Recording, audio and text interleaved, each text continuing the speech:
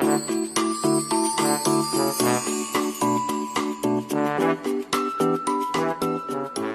friends! Welcome back to Aurica's Little Stars. My name is Aurica and today we are going to read a new book together. If you are new here, don't forget to hit subscribe button right there. Don't forget about notifications, please. Great! Now you are an official little star. The book we are going to read today is... Ready? Ta-da! You Are Never Not Good Enough by April Lorman. Let's get started. It was a perfect summer day in June, the ultimate summer weather for any kid to want to go out and play. The sky was the most perfect shade of blue, and there were very few clouds in the sky. The sun was shining so brightly that it would warm your skin the moment that you stepped into its rays, but it would be sure to melt your ice cream if you stayed under its warmth for too long. The wind and the trees seemed to work together to protect from the heat of the sun. Every few moments, a huge gust of wind would blow through the air and whistle through the trees, providing a cool comfort to those in its midst, all the while hurrying along to its next destinations. While the wind was busy blowing and the sun was busy shining, the trees were busy growing. They were in full bloom and had branches so full of leaves that if you were to look up, that would find a place to call home among their branches. Trees of this kind provided the perfect amount of shade from the sun and protection from the wind. Now, on a day as perfect as this, it was easy to find pockets of children playing in every nook and cranny hiding of a neighborhood. There were kids at the skate park, kids at the pool, kids playing in a soccer field, and kids playing behind a school. There were kids playing in front yards and kids playing in back.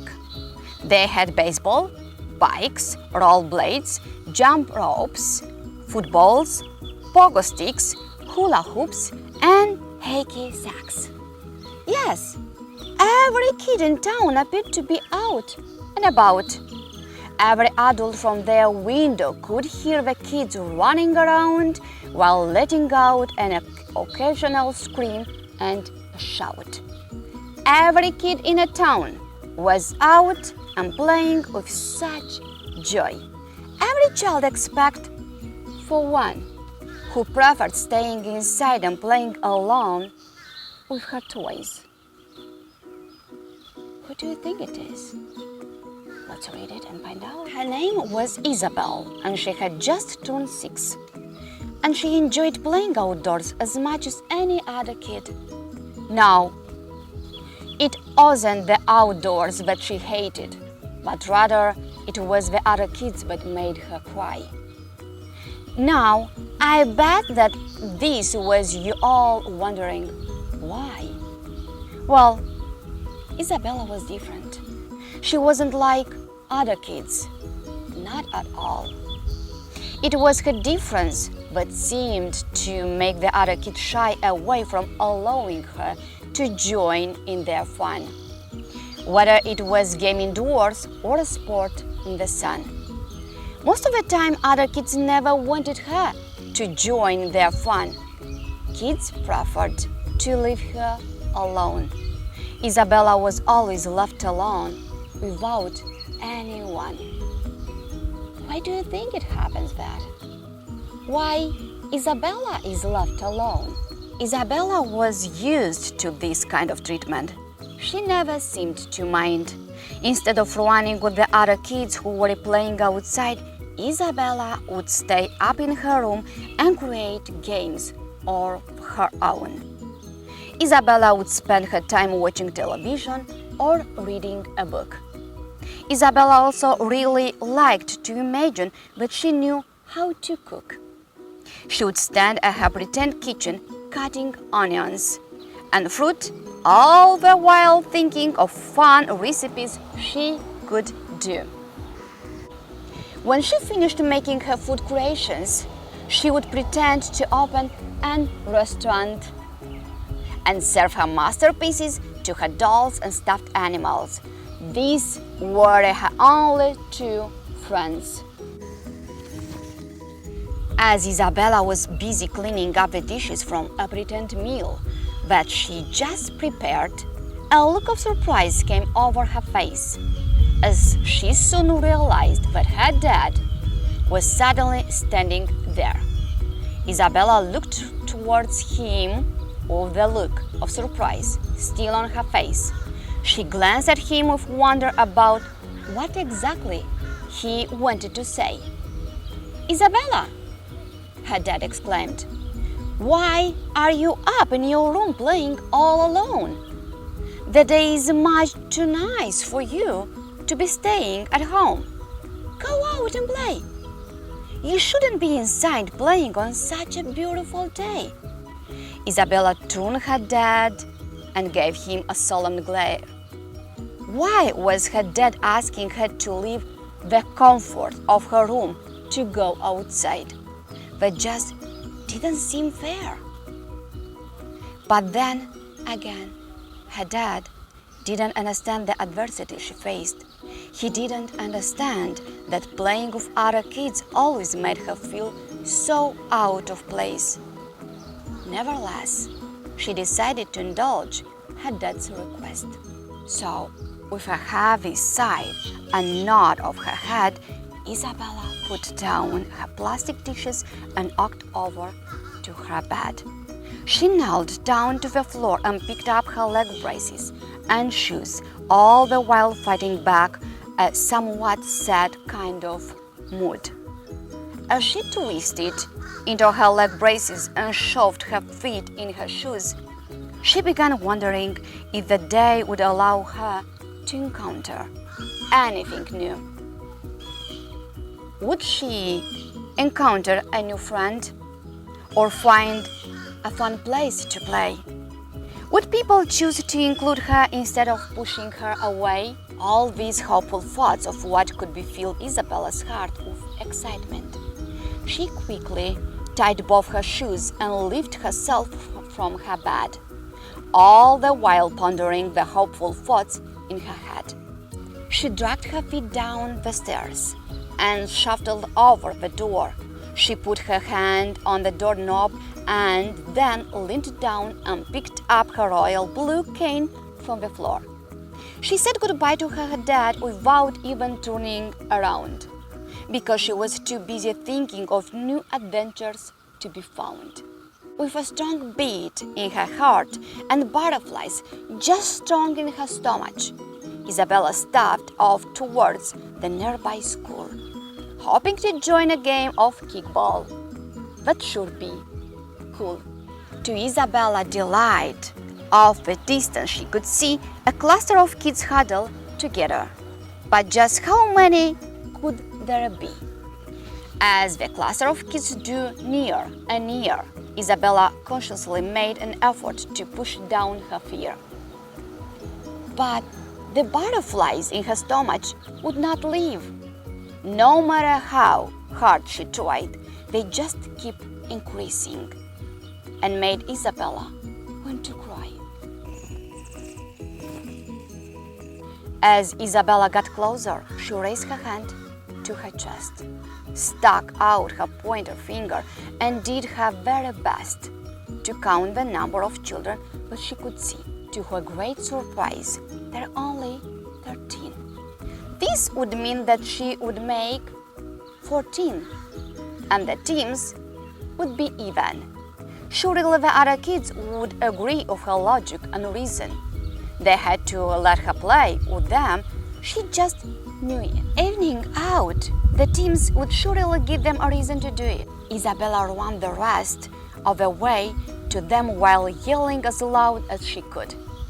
"Guys, let me play with you. I I know that I am good. Please let me play with you. I know that I will be a great help to a team. Besides, the teams would be uneven without me. A group of kids turned towards Isabella, took a long look at her, and then turned away. They began discussing amongst themselves if they should let her play. Well, we do need another team member, said Bobby. She's right about that. Bobby, are you crazy? Whispered twins Samantha and Zach. If we let her play on our team, we'll lose for a fact. Zach and Samantha are right, agreed all the other kids in a quick succession. There was only one kid who disagreed.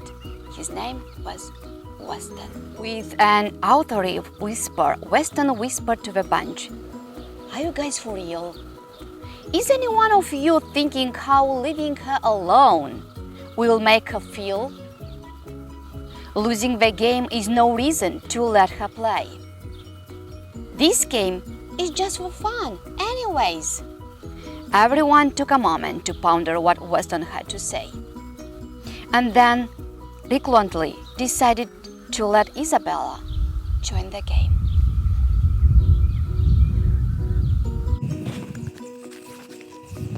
"Okay, Isabella, you can play with us," Weston cheerfully exclaimed.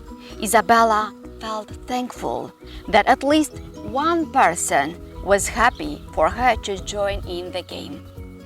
"You can be on my team. We'll make a great pair.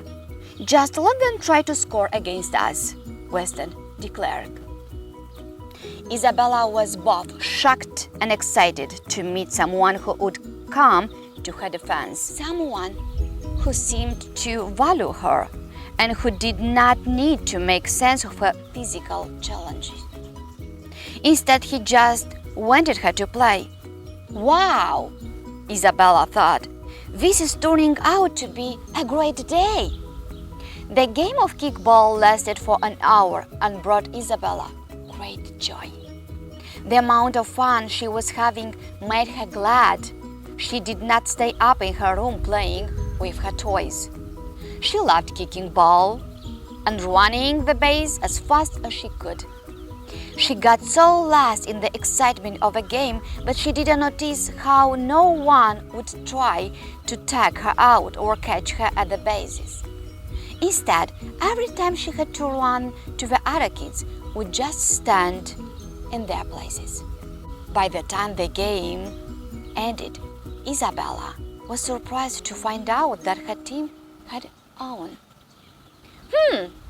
I wonder how exactly that has come to be. It's quite a surprise to me. Nevertheless, Isabella loved playing the game. She had so much fun, but she decided that she wanted to play again. "Weston!" Isabella exclaimed, running towards him with joy. "Can you believe that we won? I have an idea. Let's try for 2 or 3. Maybe our luck could last that long. What do you think?" "Well, actually," Weston said, "everyone else doesn't want you to play anymore. They don't think that the game is real fair when you play." "I'm sorry, Isabella, but I had fun playing with you today." With that one comment, Isabella's happiness was gone in a flash. She ran away from Weston quickly without even saying goodbye. Not because she was trying to be rude, but because she didn't want Weston to see her cry. Isabella took her time walking through the neighborhood and pondering the thoughts that always seemed to take up a certain amount of space in her mind, especially when the circumstances such as this happened. Why do other kids always have to discuss if I should play with them? As if I need to have their approval. to be good enough to be part of a game? Why does my physical difference matter so much to other people? It isn't something that really matters to me. I am happy the way I am. Why are other people so unhappy with me? Why do other people think playing with me is some kind of generous gift? Like giving to a charity or taking in a stray animal. They play one game with me as an act of kindness, and then they are quick to throw me away once they feel like they have been kind long enough. Why are people so quick to throw me away? If there is some kind of a test that I have to pass to show that I'm good enough, why is that people see me as disposable? Like I'm not worthy of taking up space in this world. Why am I always not good enough? That's the ultimate question, Isabella thought to herself. Isabella walked through the neighborhood, tumbling these thoughts through her mind, as if they were clothes in a washing machine. As she walked through the neighborhood, Isabella would find a little cluster of kids playing games with each other. When she asked to play with them, they always gave her the same answer. What answer do you think they gave her? Did they accept her and their team and their game? Let's find out.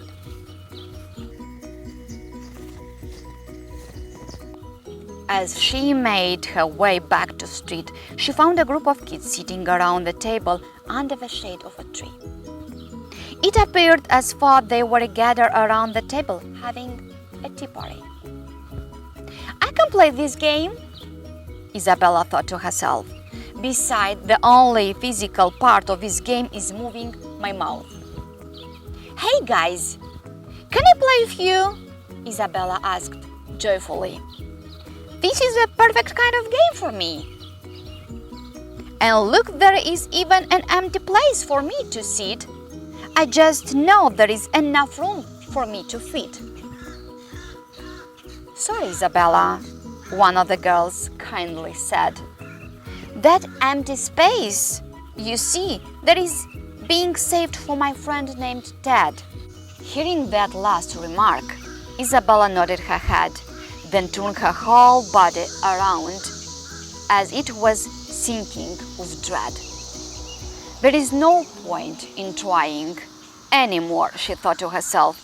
People will always treat me as worthless and an old toy, tucked away on the highest of the shelves. I'm always not going to be good enough. Not someone like me. I'm always not going to be good enough. Not when my physical challenge is really all that people see. People don't see my heart, or my mind, or my multiple talents. All they see is a little girl who can't keep her balance. People don't know that I like to sing, or read, or write my own stories. They don't know that I am an excellent pretend chief with crowded of stuffed animals and dolls who adore me. People don't see that I'm a person with my own hopes and dreams too.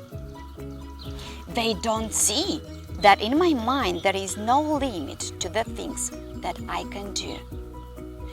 Whether it's an author, photographer, or astronaut in space, I know that I can become all of these things no matter my physical obstacle I face. No, it's not my physical challenge that poses a problem for me. The problem is other people, what they seem to see. The other people, I'm always not good enough, and I'm just a disposable person in need. Isabella was so wrapped up in her thoughts, but she hadn't seemed to notice. But she had been slightly crying because her heart was so incredible broken. Even though Isabella could not notice her tears, her dad could sure see that Isabella had been crying, and he didn't have to wonder what the cause of her tears could be. Isabella was wrapped in her thoughts, but she hadn't seemed to notice. But she had been silently crying because her heart was so incredibly broken. Even though Isabella could not notice her tears, her dad could sure see that Isabella had been crying. And he didn't have to wonder what the cause of her tears could be. He could see her from the kitchen window and could tell by her posture and slouch just what had happened that turned her into a kind of grouch. He sat patiently at the kitchen table waiting for Isabella to walk through the door, all the while knowing that she would not want to explain what her tears were for. Just as suspected, Isabella slowly moved through the door, creeping into the kitchen like a slow-moving thunderstorm. She moved from the kitchen to the living room with an overwhelming doom before she found her way to the stairs, landing up to her room. Isabella's dad quietly listened as her bedroom door closed with a soft click, all the while knowing what part of her heart had been broken and needed to be fixed. After waiting a few minutes longer, Isabella's dad headed up to her room. There was no question in his mind the magic that father's words could do. Isabella's dad entered her room with a calm sort of coolness. Just his presence alone always brought Isabella a soft sense of safeness. As Isabella felt the weight of her dad gently drop on the bed, Isabella wiped her eyes with her arm as she lifted her head. She moved towards her dad and crawled up in his lap, buried her head in his chest and let out a breath. Today did not turn out as you had hoped, did it, Isabella? Her dad whispered softly in her ear. You didn't have any luck finding friends or finding a fun place to play. You didn't end up finding a comfort place where you fit in. Is that what you would say? Oh, Dad, it's no use trying anymore. The outcome is always the same. I'm always not good enough to play in other people's game. Isabella, I know, but you feel like people don't understand you at all. I know that you see that people don't think you are good enough to play any kind of ball. I'm aware, and I see how often people push you away. I see how harshly they judge you because of the games that you can't play. I know that people always tell you that you are not good enough at all. I know that people say you are not good enough even when the game they are playing doesn't use balance or a ball. I know this leaves you questioning of goodness of people.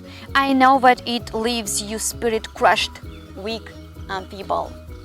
But what they say doesn't matter, because I know who you are at your core. I know that there is a specific reason and purpose that you were created for.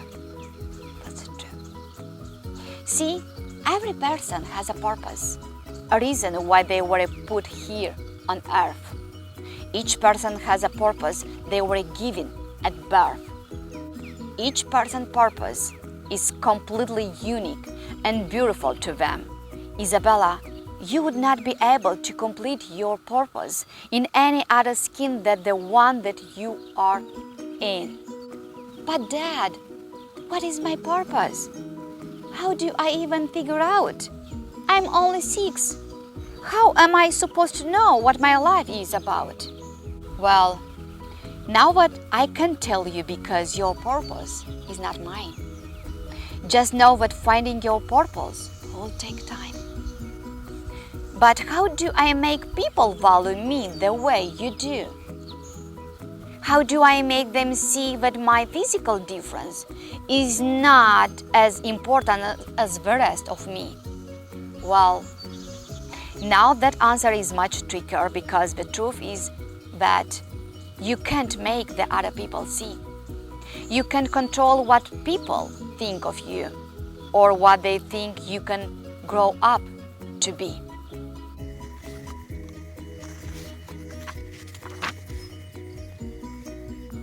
You see, Isabella, people have their own minds. They have their own opinions. And people will often think that their opinions are right.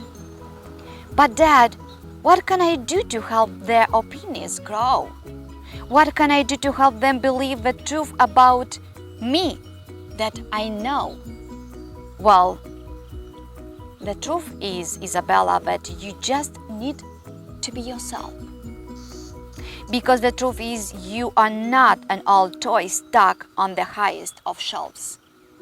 The truth is, you are my daughter, the best thing that has ever been mine. Hidden within you people will be lucky to find that the world's greatest treasure is wrapped up in something that appears to be small and meek. But this hidden treasure will only be seen by those who are willing to look underneath. Isabella, you are my treasure that is rarely found. Just remember that when others try to push you down, the world's greatest treasure are often hidden with the people that the world easily chooses to forget. But that doesn't mean that you should give up on the others just yet. Remember that love is powerful and that it will change people's hearts. It is often love that will lead people out of the dark. So, do your best to love others well. Do your best to spread love all around, because the truth is what with love, true hope will be found. Isabella, trust me. When I tell you that it is love that you will need to show, Isabella, your love towards the other people is exactly what will help their opinion of you grow. Now, as you are learning to love people, I'm sure you'll find some people who simply refuse to be kind. When you run into the people that choose to believe that you are always not good enough to join their game, just remember that you are not worthy of being treated that way. In fact, I want you to take the word always and throw that word right out. Whenever you hear that word always in the phrase, here's what I want you to think about. Never. Yes, that's exactly the word you need. That word provides the perfect remedy. Dad, I don't understand exactly what you mean. The word never sounds worse than always, if you ask me. Well, do me a favor and put the word never into the phrase, and then take a minute to think about what I'm trying to say. I am never not good enough, Isabella whispered to herself. Say it louder, said her dad, hoping she would gain the courage to belt it out. I am never not good enough, Isabella said once more, not quite sure what her dad was looking for. That's it, said her dad. You are getting the hang of it now. This time say it with so much confidence that this room will enter with your sound. Make your voice have so much power that will shake the ground. I know you have this inner power. I want you to make you believe. I want you to radiate confidence so that the whole world can see it. Isabella slid off her dad's lap and planted her feet on the floor. She bowed her head, closed her eyes, and clenched her fist by her side. As she thought about the phrase her dad gave her, she started to cry. For she realized what it meant. She realized the power of one word. Now she could feel her confidence starting to rise like a bird. I am never not good enough, she thought to herself. And believing in this phrase, she slowly opened her mouth. As her mouth opened wider, she took one big breath in, lifted her head toward its center, and then she began. I am never not good enough, she repeated over and over, until she had gotten so loud that she scared the family pet rover.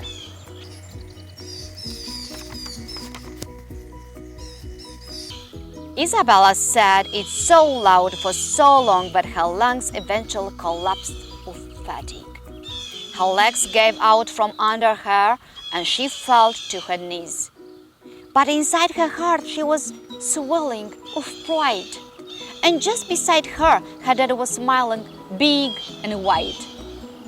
As she laid on the floor, she could hear her voice echoing around the room, just like her dad said it would. It was the first time she had ever felt powerful, and boy, it did feel so good. Eventually, Isabella could feel the touch of her dad's hands gently lifting her from the floor. He placed her softly on the bed and crept towards the door.